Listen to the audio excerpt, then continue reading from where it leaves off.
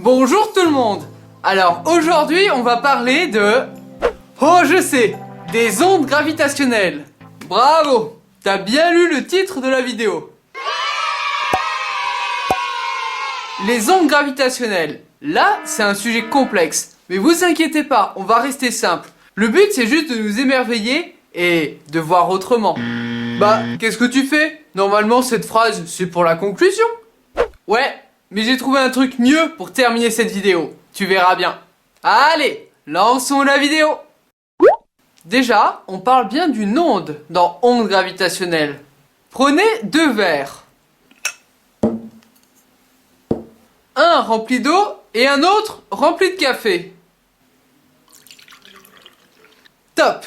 On va avoir tous les ingrédients pour tout comprendre. En tapant sur la surface, on va créer une onde qui va se propager.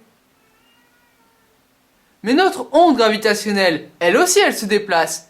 Par contre, elle va se déplacer, mais pas en bougeant des molécules d'eau, elle. Eh bien, elle fait comment alors? Elle fait vibrer l'espace-temps. Oula! T'inquiète pas, allez, prends la deuxième tasse, tu vas voir. Ok? Et j'imagine que je dois faire des vagues dessus? Non, là c'est juste que tu vas avoir besoin d'un peu de café, ça te fera pas de mal. Merci, ça va me faire du bien. En créant l'onde au centre. Vous voyez bien, ça va arriver sur les deux bouchons. Attention, ceux-ci ils vont bouger en hauteur, mais ils vont pas se déplacer avec la vague. Ils vont juste monter et redescendre. Tu veux dire qu'ils ne vont pas se rapprocher du bord? Exact! Finalement, c'est comme si ces objets, ils se déplaçaient pas, mais c'était le milieu lui-même qui se déformait. Par contre, si l'onde elle arrive sur les deux objets, mais qu'elle n'arrive pas en même temps, eh bien les deux objets vont s'écarter entre eux. Ouais, ok. Regardez plutôt cette feuille. Imaginez que l'onde parte du point rose. L'onde va d'abord arriver sur ce point. Et comme le bouchon va monter, la distance qu'il y a entre les deux va évoluer. Après, le deuxième point aura aussi reçu l'onde. Et les distances vont encore évoluer. Et je ne sais pas si vous visualisez, mais finalement, en mettant plusieurs points, on peut s'amuser à faire un jeu de triangulation et savoir où est l'origine de la source. Ok, c'est incroyable. En plus, tes explications, elles sont fabuleuses. Merci bien. Je vous jure, la prochaine fois, c'est moi qui écris le script. Bon, reprenons et remplaçons l'eau par une gelée qu'on va appeler l'espace-temps. Imaginez maintenant que ces deux points ne soient plus des bouchons, mais ça soit des capteurs, comme par exemple des satellites. Et là, ce qu'on va observer, quand ces deux satellites vont recevoir l'onde, comme nos bouchons, ils vont s'éloigner entre eux. Je ne sais pas si je suis le seul à trouver ça incroyable, mais là on parle quand même d'une onde qui a la capacité d'augmenter la distance entre deux objets. 1, 2, 3, onde gravitationnelle!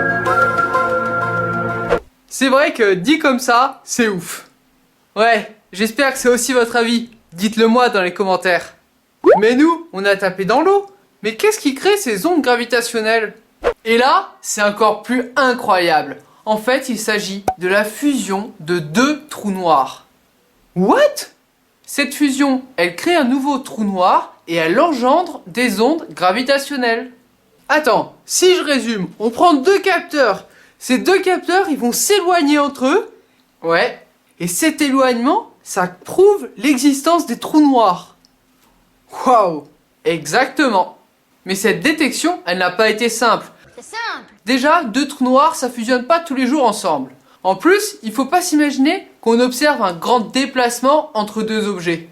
Pour vous dire, on a réussi à prouver leur existence en observant un déplacement 1 million de fois inférieur à la taille d'un proton.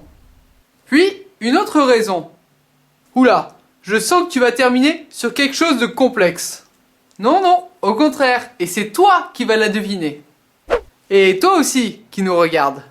Quand il y a une vague sur l'eau, est-ce qu'elle va se propager jusqu'à l'infini? Vers l'infini et au-delà. Bah non. Et pourquoi? Je sais pas trop, elle s'atténue. Eh bien une onde gravitationnelle, comme toutes les ondes, elle s'atténue avec le carré de la distance. En gros, au bout de 2 mètres, elle est divisée par 2 au carré, après 3 mètres, 3 au carré, et ainsi de suite. Donc c'est pas évident de réussir à les percevoir.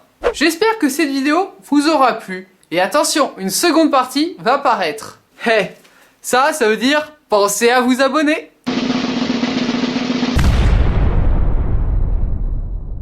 Nous verrons quels moyens futés on utilise pour détecter ces ondes. Ah oui, et pour terminer, on a beaucoup parlé de gravité. Alors maintenant, terminons sur une note aiguë.